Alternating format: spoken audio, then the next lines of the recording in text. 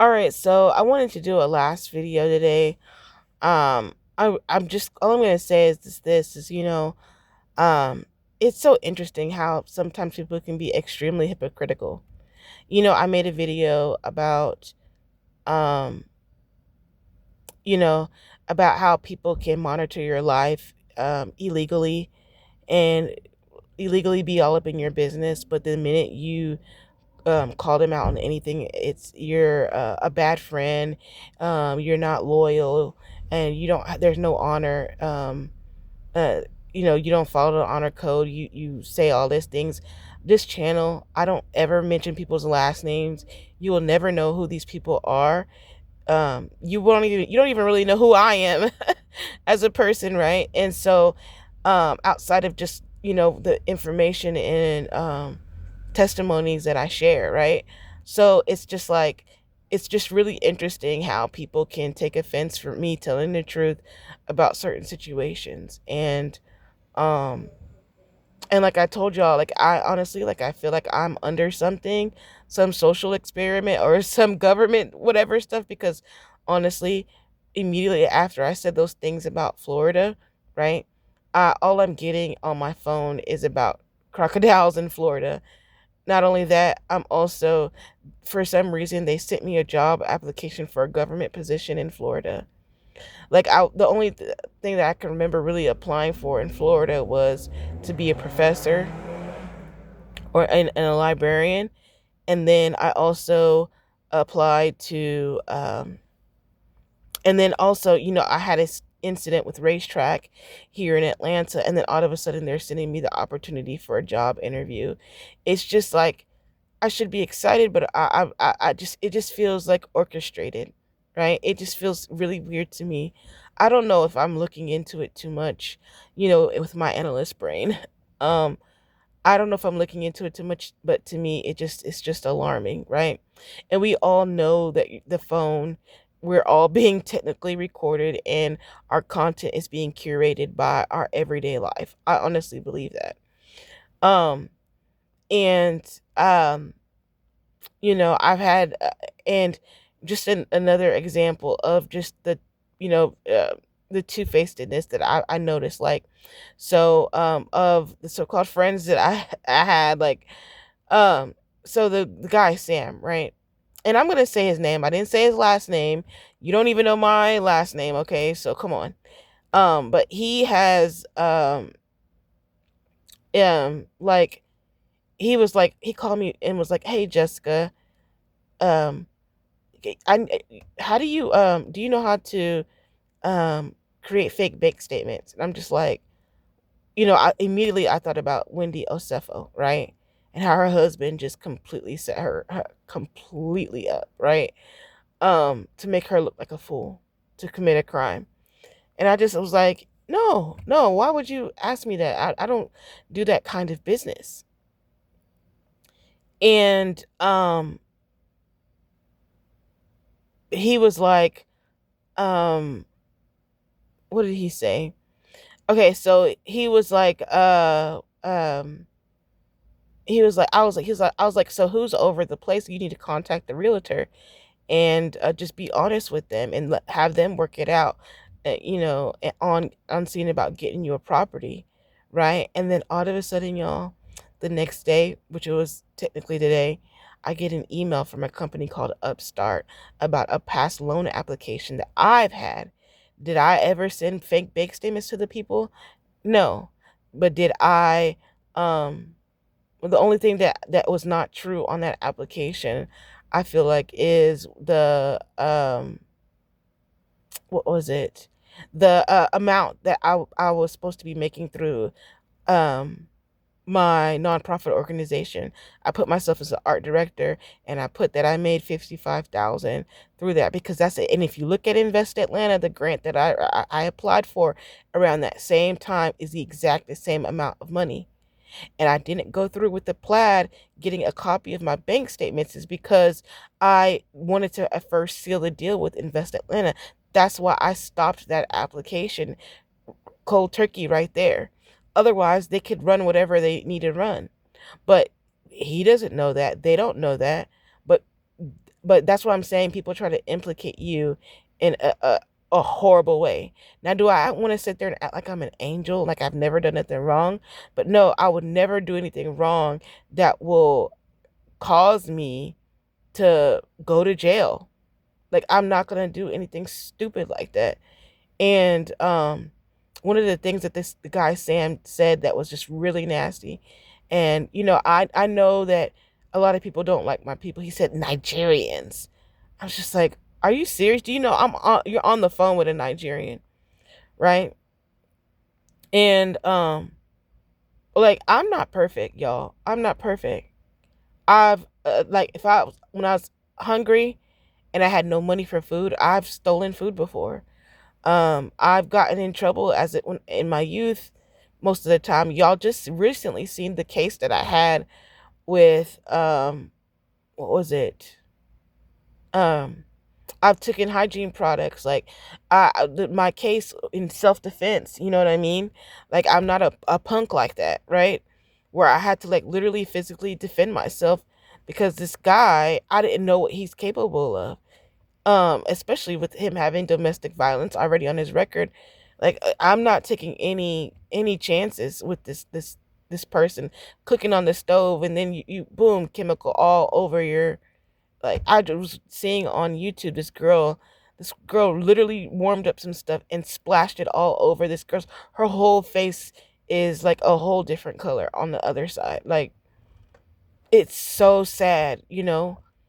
Um that could have been me. And then y'all be like, "Oh, you didn't defend yourself. You couldn't stop the little gremlin." No, you know what I mean. So people only take people like victors, right? They like whoever is victorious in the situation. That's who they gravitate to, right? They don't look at it detailed before they make decisions. And it's just interesting how people will go to great lengths to try to tear you down and turn you into something that you're not. The whole $1,000 thing. They want me to be a prostitute. They want me to be on the street selling my body and acting like a fast girl, a hot girl. I'm exciting. And that's the farthest thing. None of the work that I'm doing is that level of club party exciting, okay? The work that I do is to help the community. Everything that has been done. I'm not a free girl like that. No, I believe in doing charity and community work. That's why I started a nonprofit, because I understand, growing up lower middle class, how it is imperative that we need to do something to build a community. I have a heart, and I that's why I wanted to jump out of the corporate infrastructure and get into a business where me having a heart is appreciated, instead of looking naive, right? Instead of being seen as foolish and silly. Having a heart and a soul is not nothing wrong. God said it himself, the meek shall inherit the earth, right? And I believe that's why I'm one of them. Okay? I've been on my reggae kick with my music. I'm one of them. There's actually an artist, a Nigerian artist, I can't Tiwa Savage or something. I'm one of them, you know? Um, so I'm one of them. I'm not gonna sit there and play myself like I'm one of them. When I see a black woman on the street and she's struggling, I'm one of them. Like, I'm one of them. If I when I know what it is. That's why I want to help. That's why I want to be a good person. It's not being naive. Oh, and she's free willy nilly. Oh, she's super sweet. Ain't nothing sweet around here. Ain't nothing sweet about me at all in that regard, right? It's just having a good heart. And a lot of narcissists and negative people would not see that. And me speaking up about toxic behaviors that I experience within the relationships in my life, I'm giving them grace and not mentioning their full last name, not really putting them out there. It's an outlet for me to give my side of the story and explain certain things, and an expression in a way where I can, like, it's to bring awareness, right? It's not to try to stomp somebody and hurt people. It's about me justifying my actions and the things that I do. And yes, I get it. I really shouldn't have to feel like I have to, but I want to. And I like it. And it's a podcast. And it's just my Christian journey And that's what I want to share. And that's just me. That's what I want to share. Um, and so it is what it is. But people will say, "Oh, you're two-faced, you're toxic." No, two-faced is you going to my enemies and you going to other people and you're gathering all this information about me, spreading all this information about me. But the minute I say anything about you, I'm wrong. That's toxic, right? And calling it out is, and that's toxic. That me calling it out is not toxic. What they're doing is toxic. I know that there's a network that they're plugged into to find out whatever, or listen to, or read, or look at whatever information that they want when they try to, to try to break someone down in order to have something on somebody, right? Like I was watching recently, what was it, Candy and Pinky, right? And Candy, I mean, this is why I was telling you, like, I wrote so hard for her about that whole Phaedra thing, but it's so interesting. The network still keeps them, even though somebody claimed somebody was um, a molester, and then the other person it denies it. And so it's like Bravo don't even give two ish, like somebody needs to be dead, cut off, or somebody needs to stay. And honestly, I believe I'm team Phaedra on the whole Candy ordeal, because I think that Candy is nefarious in the way that she talks. Like if you see her with her conversation with Pinky, they're very similar, right? But she kept mentioning like, oh, what about the, and she's not even on Bravo to even be this messy. But you never had a woman in the basement. I'm like, why would she say that? Like, what does she get about that? What does she get about that? That woman is married with her husband and all that stuff. She's never told you if she wanted or had an open relationship. And I'm not gonna lie, it is a trigger for me because I dated a guy that lived in the basement of a house. It wasn't his wife's house. It wasn't. It was. He was trying to save money. He was trying to get his life together. And I'm not gonna lie, it started off as fun. I'm an adult. I'm grown. It started off as fun, and then it grew into more. And I was trying to build with somebody that was had no interest in trying to do any of that kind of stuff with me, right? Um, it's so interesting, right? A lot of times, guys would act like they want more out of the situation just to keep you around to still get the benefits, knowing good and well that they're not gonna go through the long run with you, right? And that was my dumb tale, not really realizing for really what it was, and just moving on. Fool me once, shame on you. Fool me twice, shame on me. Shame on me. I will never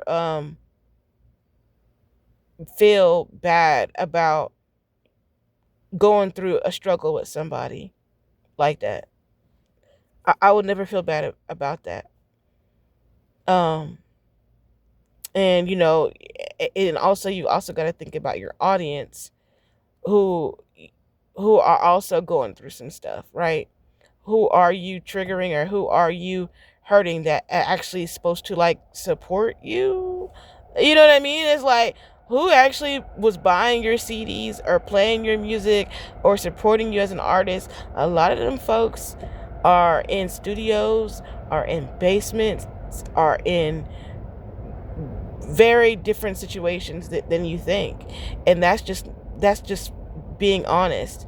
And that lets you know that, and I think Pinky was trying to tell her, like, you got to be careful because you don't know the community that you're trying to connect, that your primary community that supports you. Like, you got to be cognizant of that when you're making statements, right?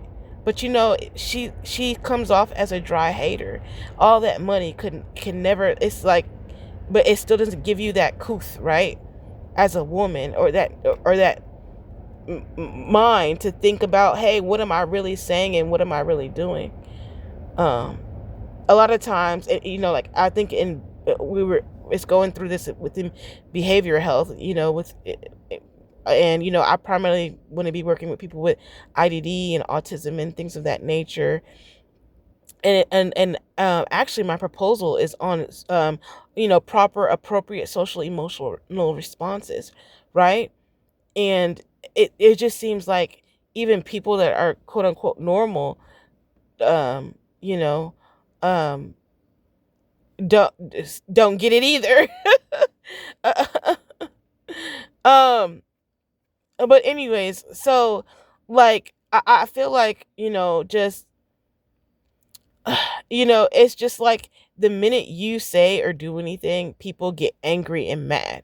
But then they can just trash your name. They try to turn you into a freaking toilet, right? They try to act like as if you're a bathroom, like somebody can just trash you and just treat you like whatever. And I'm like, that is all in their mind. Like, that's all in their head because ain't nothing falling on me. I'm clean, clean as a whistle. Okay, ain't nothing falling on me. Ain't nothing penetrating me like that. Ain't nobody's able to really just rubbish me like that because the way that of where I'm trying to go in life and the things that I'm doing as a black woman. I'm not out here selling drugs, smoking weed. I'm not out here doing all that stuff. It's the truth. I'm not this negative, nasty person that people think, right? Or want to try to portray me as. And that's what pisses them off, right? I'm highly educated. I mind my business. You know what I'm saying? it, it- I, I'm doing everything that I can, and I, started a nonprofit, highly educated. I do doing everything to be an upstanding woman. There's nothing that nobody can really say about me that is just terribly embarrassing, that is not completely made up. The thousand thing is completely made up, right? Disparaging me for living in a basement with my boyfriend, like, because we were trying to get we're both I was trying to finish be one of the first black women to get a data science degree. I was going to school full time and had a trouble finding a job, and me and my boyfriend at the time wanted to work together to get us out of the negative situations that we were in. Why how is that just bad? Like, you know what I mean? Like, that's what I'm saying. Like, these kind of women are like are the ones that are disgusting. And what they failed what these narcissists, the people that are actually really toxic, the ones that be going around and be, collecting information, be collecting dirt, because that's what they really are doing. If you want to talk about clean, the ones that are be collecting dirt don't really understand that people are not really that stupid though. Like, people are not dumb. People really understand what's going on in the media and how it is. They're not dumb. They're not stupid. They realize the negativity that they're people realize that negativity is ugly, right? It's just ugliness. And, nobody really honestly wants to truly in their soul be affiliated with that. But I mean, to each his own, y'all.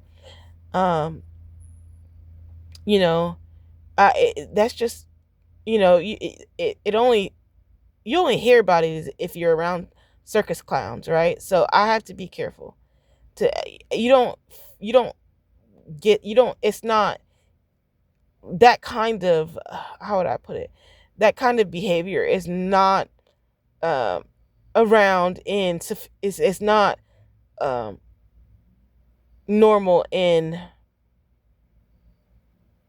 sophisticated circles, right? So it depends on what kind of circles you're in, to that you know that you want to hear that people spew that kind of vomit, right? Um, but anyways, just to be on a, a lighter topic, like, just a better topic right now, because um, I've been really, y'all, planning out my life. Like, I already know, like I said, by this time next year, I should be applying for my to be a BCBA, right? And working on my doctorate. If I'm not working on my doctorate, then I'll be focusing on becoming a lab scientist, and getting associates in medical, as to become a medical technologist, right? Because I noticed that I applied to Grady Hospital for just to even be an associate, which doesn't require the medical technologist associate degree, and it was trouble. The good news though is God is wonderful. I've applied for some scholarships, and I'm completely eligible for.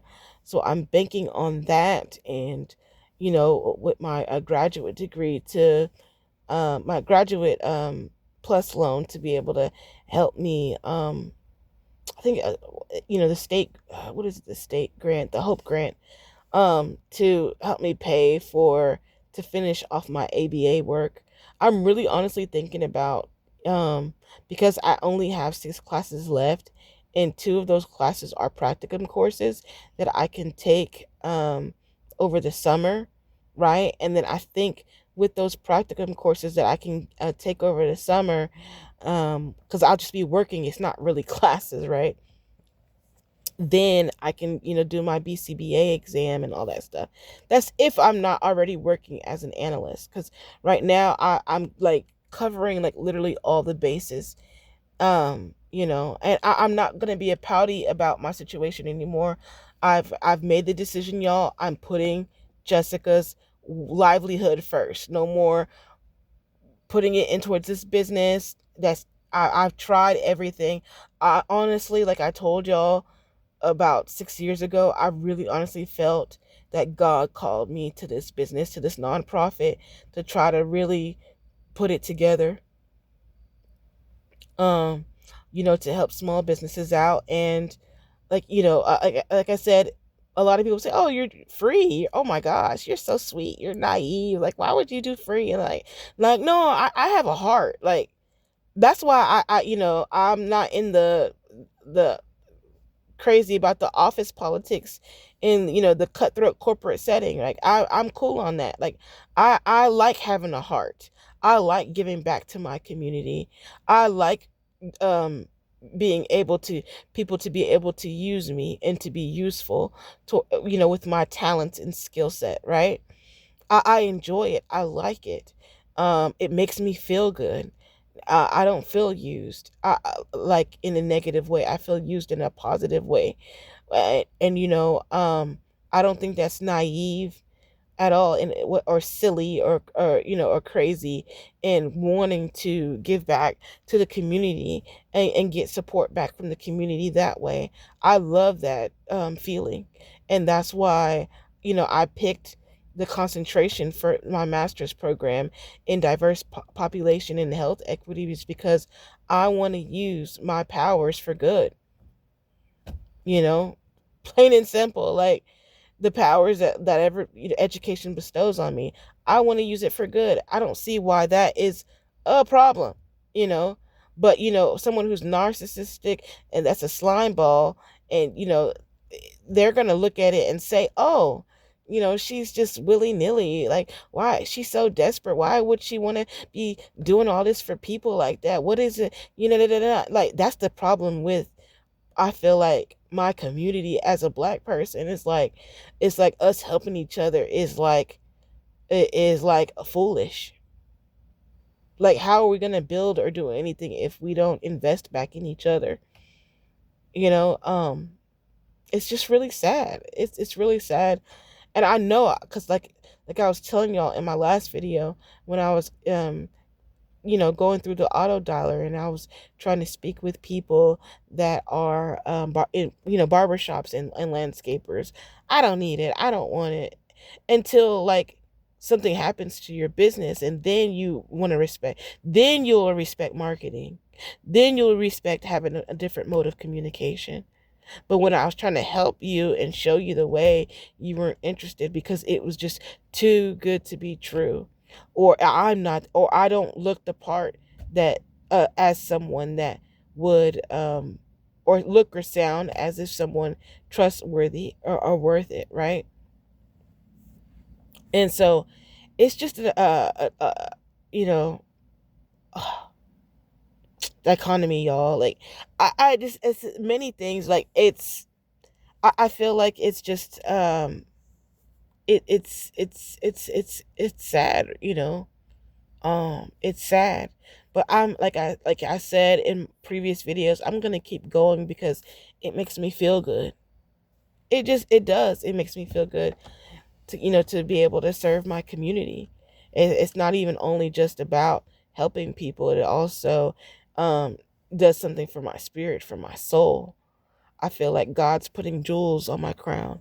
You know, um, people who respect spirituality at that level, it knows what I'm talking about.